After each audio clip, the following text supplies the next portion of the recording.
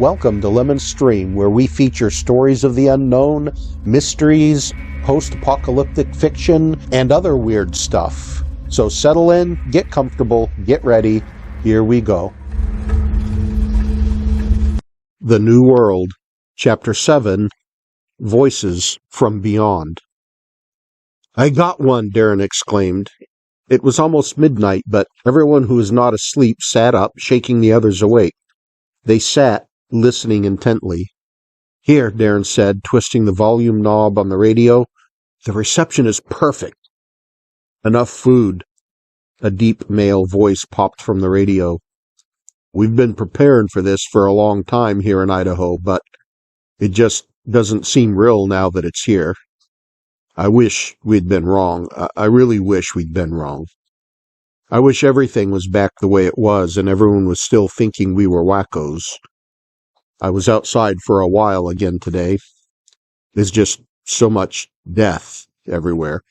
Most people around here were prepared to some extent, but still, it caught us by surprise. Dead people everywhere, dead cows, dead chickens, dead deer, dead dogs, dead coyotes, just death everywhere. From time to time I meet others. People everywhere are starting to come out of their shelters. One guy said he was going to go back to his shelter and shoot himself. He said he couldn't live in this world. Another guy said he was glad to still be alive, but didn't know how he was going to make it. It was just him and his family. He's got food to make it through the winter, but no idea what he's going to do from there. I told him to come join us, as long as he brings us food and supplies, of course. The more of us there are, the stronger we will be and the better our chances of surviving. There was a little pause. Someone was crying. It sounded like Shayla.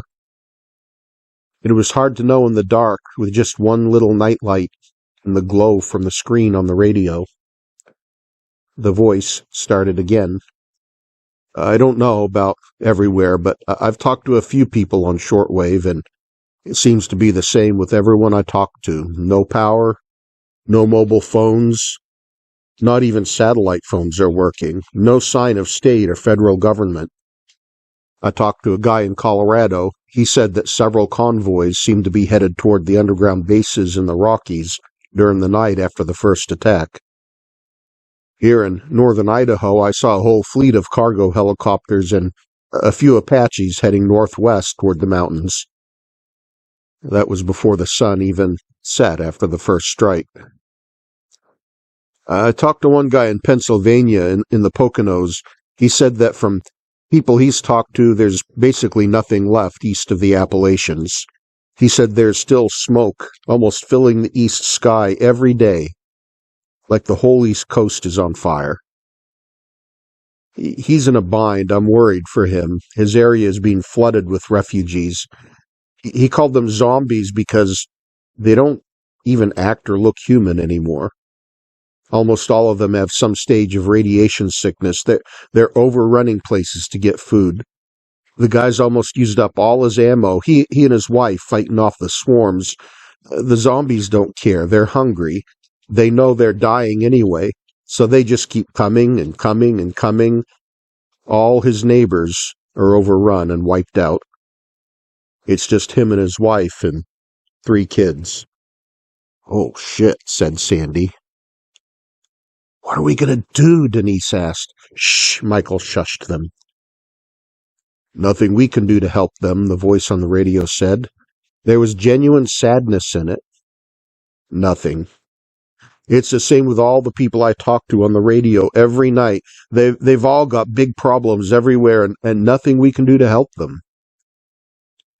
We are Americans. We seem programmed to help people in need, to show kindness and sympathy, but now there's nothing we can do. We can barely help ourselves. How are we going to help each other? We've all got our own problems. The realization hit me yesterday. It's all on us. Nobody is coming to help us. There is no rescue. It's all on us now." He paused again, then took a deep breath. Sobering thought. And it's the same for everyone out there. we can't even help each other, except to talk long distance like this.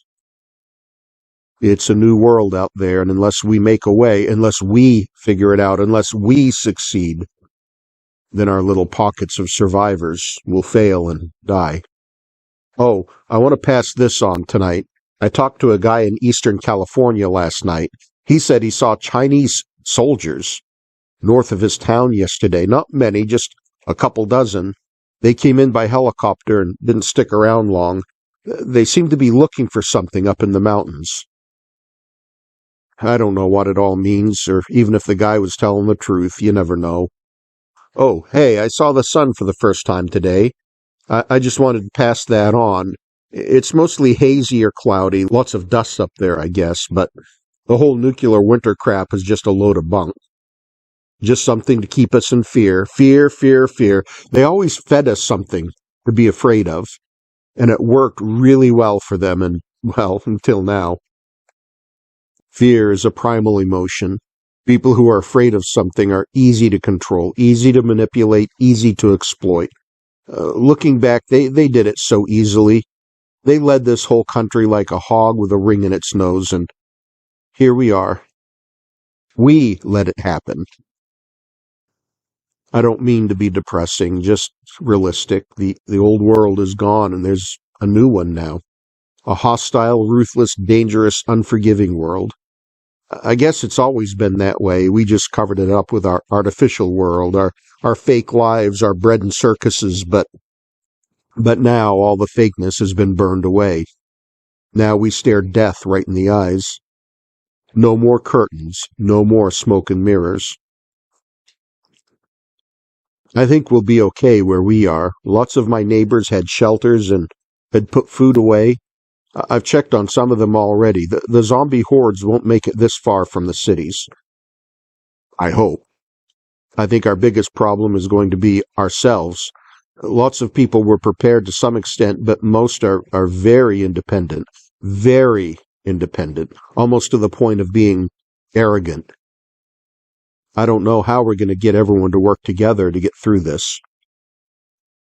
And then we've got that bunch that didn't put much food away. They said they were just going to pack away guns and ammo and then take what they need when the time comes.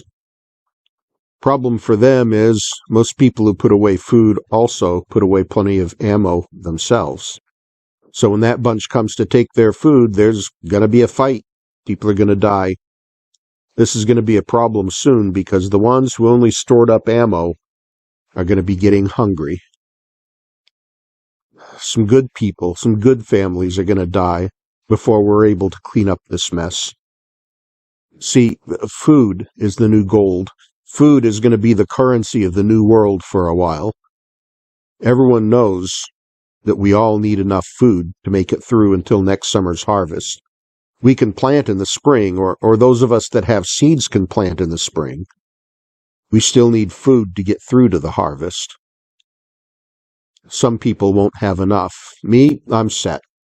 If someone comes up short, I'd gladly share with them what I can, if they bring a strong back and hands to help work the soil by my side, or if they bring knowledge or information we need. I mean, even a crippled grandma can mend clothes and teach the young'uns to cook and preserve food.